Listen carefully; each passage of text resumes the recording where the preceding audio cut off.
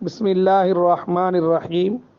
سامعین اکرام، آج آپ کے سامنے زکوٰۃ کے اہم مسائل فقہ حنفی کے مطابق بتلایا جا رہا ہے۔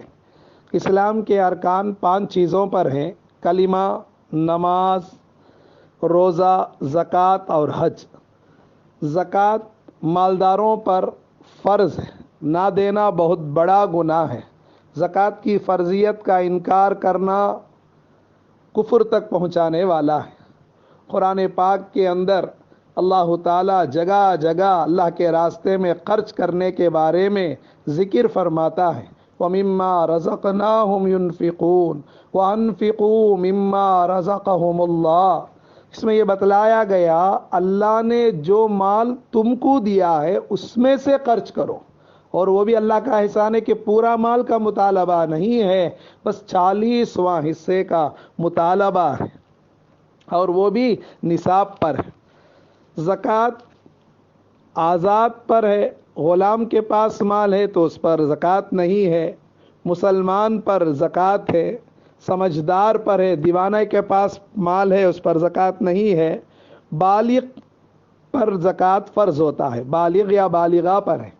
چھوٹے بچے ہی ان کے پاس مال ہے تو اس پر زکوٰۃ نہیں ہے۔ تو معلوم ہوا مسلمان بالغ پر زکوٰۃ۔ زکوٰۃ کس مال پر فرض ہوتا ہے؟ زکوٰۃ کے لیے بہت سے اقسام ہیں۔ مثلا جانوروں پر زکوٰۃ آتا ہے، اونٹ کا ایک نصاب ہے، گائے بھینس کا ایک نصاب ہے، بکریوں کا نصاب ہے۔ اسی طرح کھیتی باڑی کرنے والے ہیں تو جب کاٹی جائے گی تو اس پر عشر دیا جائے گا۔ چونکہ یہ مسائل بہت کم لوگوں کو پیش آتے ہیں، وہ انفرادی طور پر معلوم کر لیں۔ عمومی طور پر 4 قسم کے مال پر زکوٰۃ آتا ہے۔ نمبر 1 سونا، نمبر 2 چاندی، نمبر 3 روپیہ پیسہ، نمبر 4 مال تجارت۔ اس کے علاوہ دوسری چیزوں پر زکوٰۃ نہیں ہے۔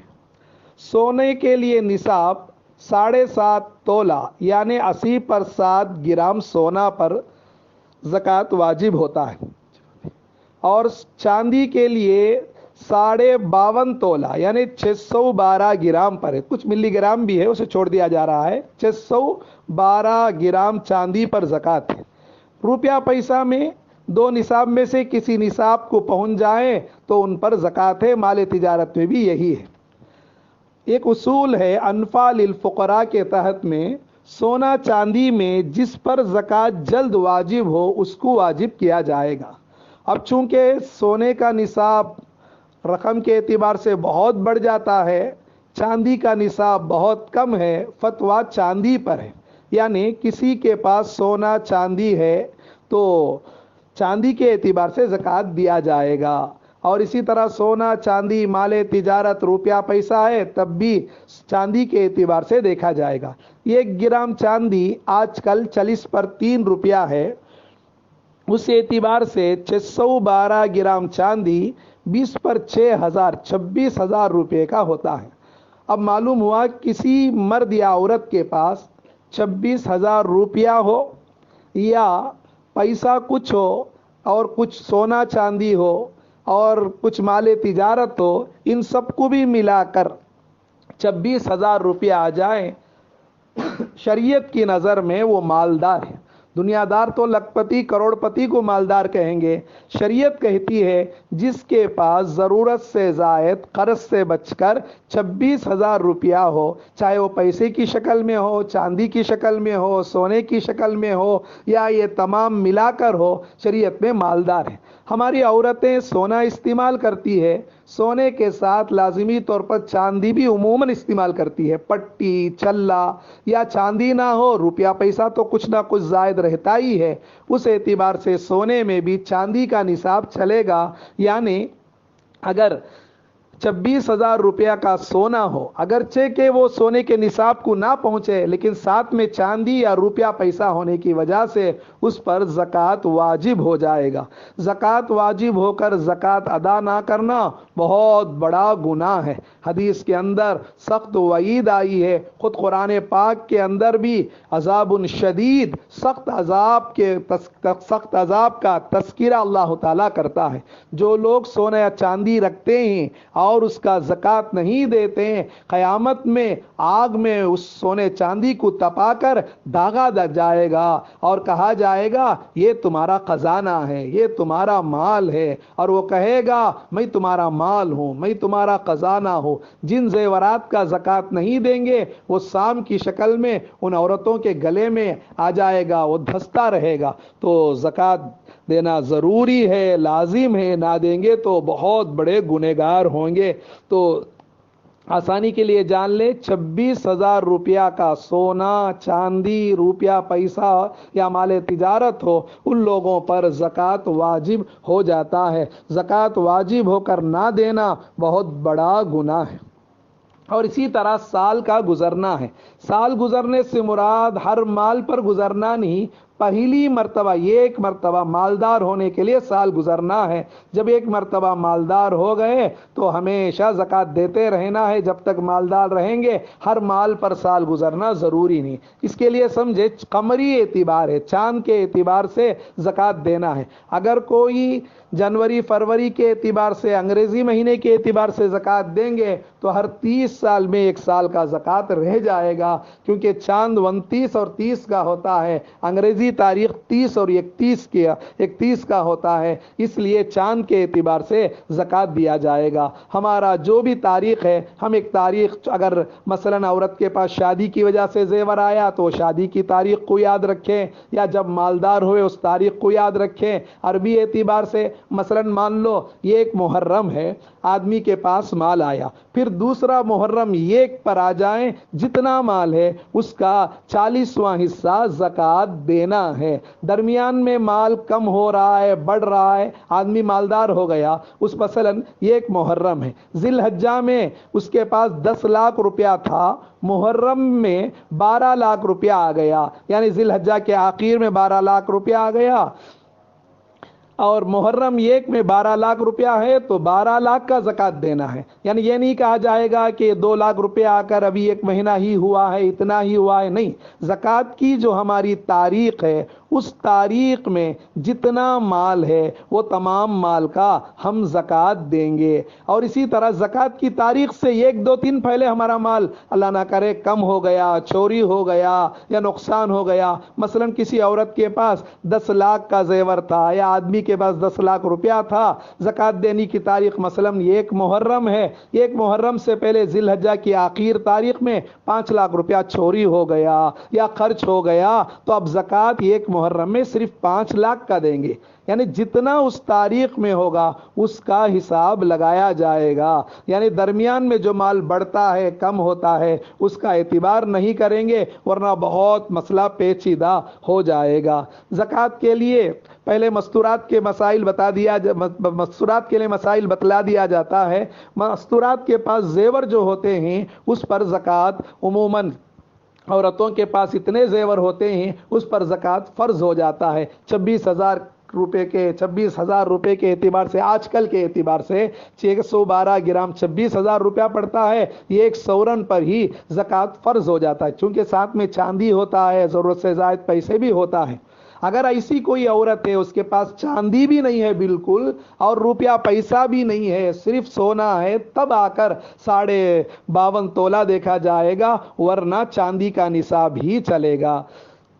عورت ہر سال اپنا زکوٰۃ نکالے گی، جو بھی اس کا تاریخ ہے، آسانی کے لیے محرم بتایا گیا، جو اس کا عربی تاریخ ہے اس تاریخ میں، عموماً رمضان میں زکوٰۃ نکالا جاتا ہے، کوئی ایک تاریخ متعین کر لیں، اب اس تاریخ میں دیکھیں میرے پاس کتنا مال ہے، مثلا 10 لاکھ روپیہ کا مال ہے، اس کا 40واں حصہ جتنا آتا ہے اتنا زکوٰۃ دینا ہے۔ زکوٰۃ کتنا دینا ہے آسانی کے لیے سن لیں، 40 روپیہ میں 1 روپیہ،